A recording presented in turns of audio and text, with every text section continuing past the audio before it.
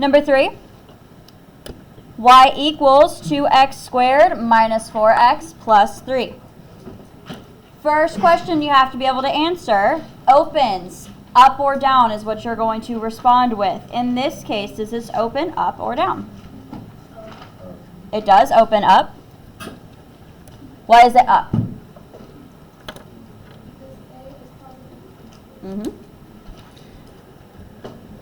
A is positive. I don't know why I wrote plus or minus. Let me get rid of that real quick.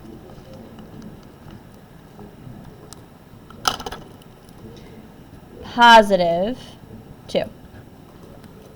And we're more concerned about the fact that it's positive. We don't care that it's 2, but we care that it's positive. Next, the axis of symmetry, the AOS.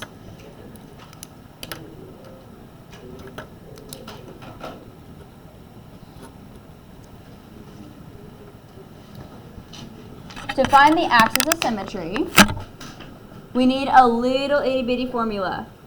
What is that formula? That's half of it. There you go. The x equals is really important. Negative b over 2a. The x equals is really important because, reminder, that is part of your answer. If you leave off the x equals in the answer, it will be marked wrong. So I like to put x equals and then a blank, just so you're less likely to make that mistake. Go ahead and pre-set up your answer. Again, if you just put the number and no x equals, it will be counted wrong.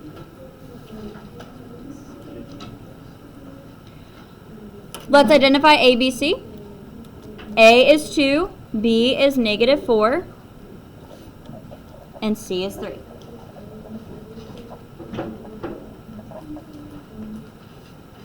Reminder, when you plug these in, it's just the numbers. There should not be an x squared or an x attached, just numbers. X equals negative, b is negative 4, over 2 times a, which is 2.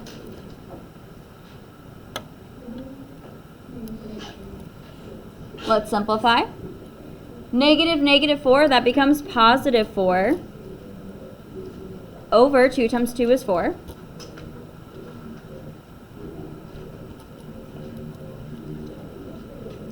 And then 4 times 4 is just 1.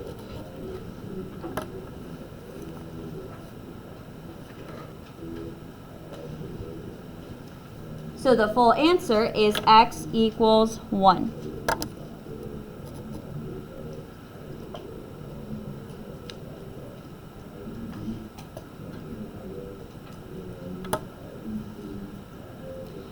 Reminder, the axis of symmetry is just a vertical line on the graph. And I draw a dash because it technically is invisible. The actual graph does not include that, but we use it to help us graph. So we go to 1 on the x-axis and we put this vertical line through it.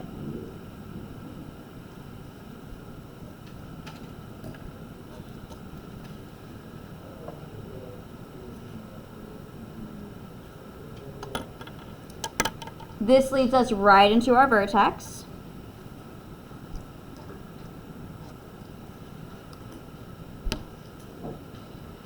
Reminder, this x value here is also the x value of the vertex. So we're just going to drop that 1 in x's spot.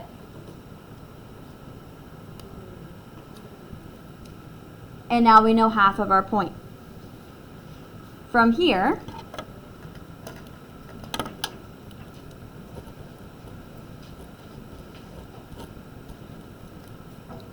to find the vertex, we know x is 1, and our equation is y equals 2x squared minus 4x plus 3.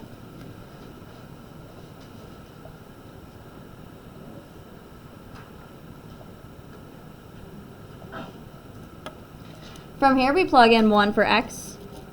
Y equals 2 times 1 squared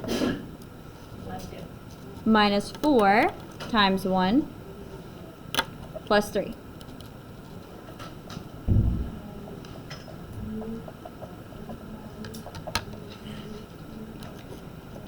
Reminder, it is strongly recommended to use your calculator on these. If you try doing them by hand or in your head, you do need to be very careful with the order of operations.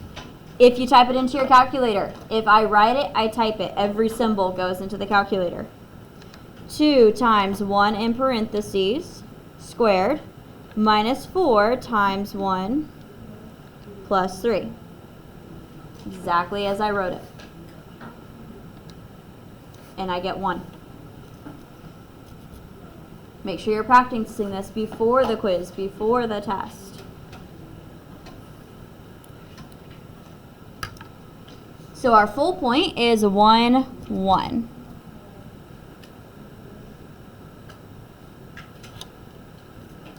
Now we can graph that. 1, 1. There's our first point.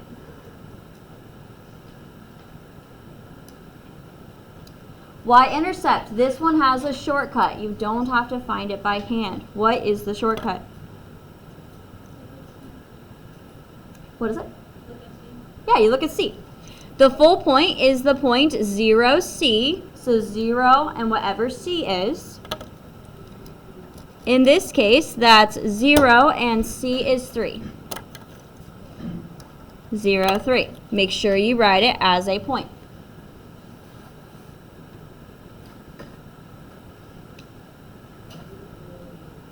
Let's graph that.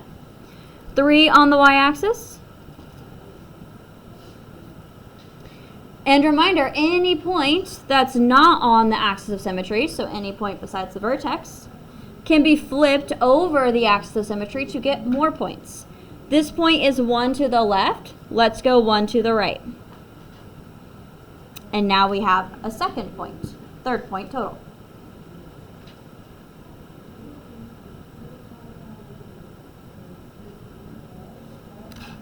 Next we have the x-intercepts. This is what takes the most time to find.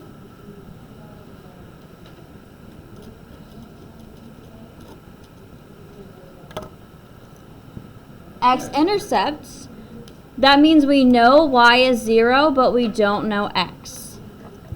If y is 0, what is x? That's the question. We have our equation above up here. I'm going to put a 0 in y's spot. We have 0 equals 2x squared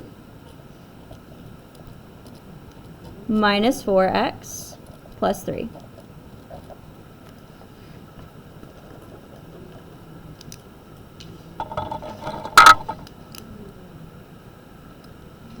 Two x squared minus 4x plus 3. What do we call that?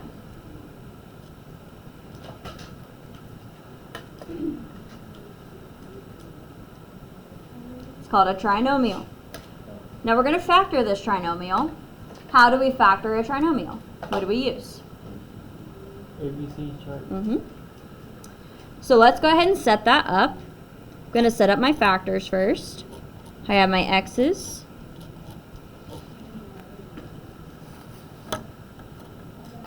One other thing.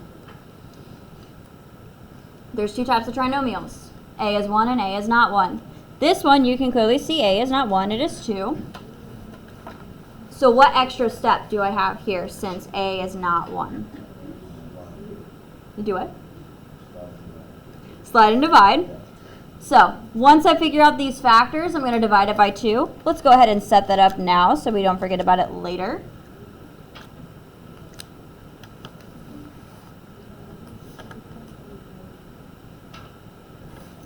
And we use the ACB chart.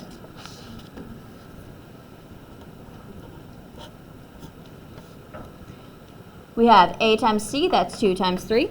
This is positive 6. Since it's positive, that means I'm going to add on the right side to get that B value. B this time is negative 4. 6 has 2 pairs of factors. 1 and 6, 2 and 3. If I add both of these, 1 and 6, that gives me a 7. And 2 and 3, that gives me a 5. Neither of those gave me 4. And these are the only numbers I can try to use here. I can't take any other numbers that will give me 6. It's not possible. Since I exhausted my factors, this means this problem's not factorable.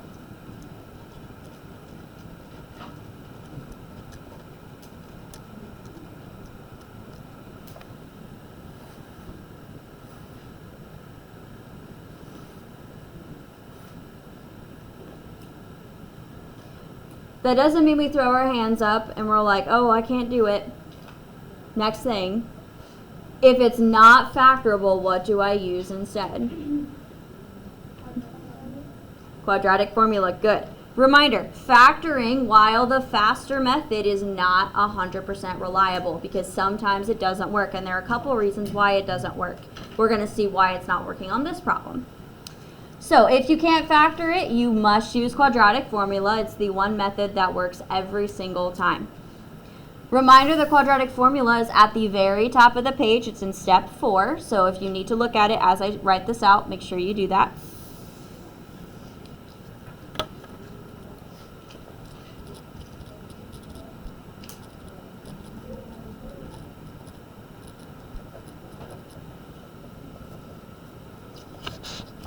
And I'm going to write my letters out again, so they're right where I need them to be. Reminder, A is 2, B is -4, and C is 3.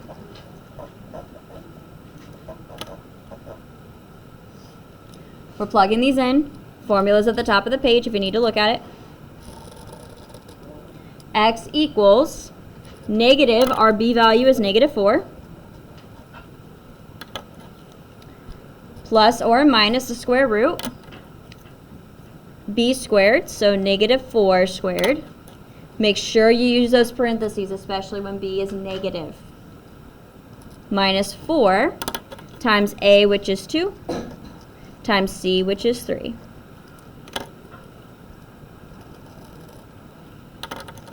And it's all over, let me extend that fraction bar a little bit more, 2 times a, which is 2.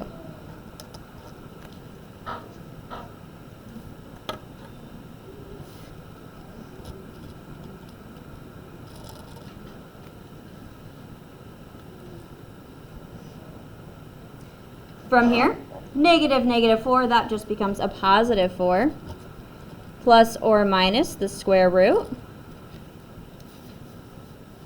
Let's type these numbers into our calculator to get the answer that's under the square root. Once again, if it's written, it needs to be typed into the calculator. That's how you avoid mistakes. So we have -4. This must be in parentheses. Without a doubt, if you drop these parentheses here, you will get a completely different number. I saw multiple people do it on the last test. -4 times 2 times 3 in parentheses. And we get -8. And that's not a mistake. That is the correct number. On the bottom, we have 4. 2 times 2 is 4.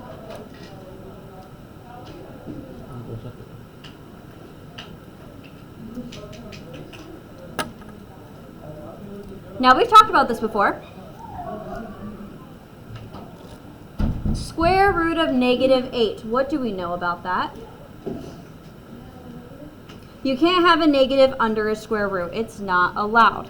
Now, before we went and messed with the I, which you can still use I here, but there's a much bigger point we're getting at with these problems. Can't have a negative under the square root. When we have a negative under the square root, what kinds of numbers do we make? What are those called? Imaginary numbers. So this is an imaginary number.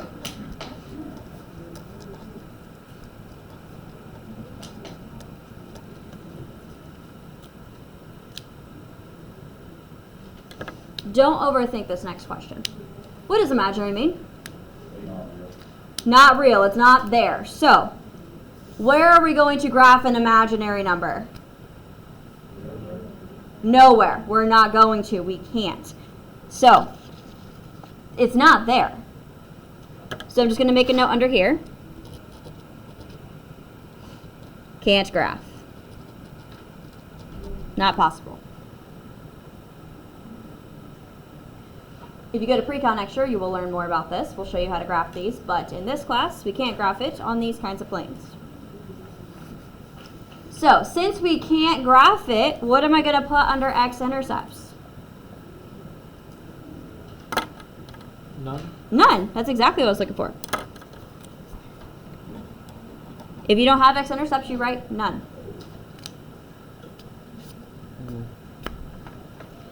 Once we get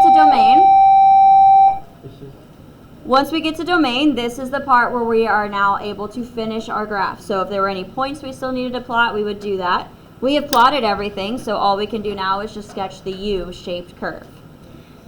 So the vertex, and then it's going upward. Just make a nice U.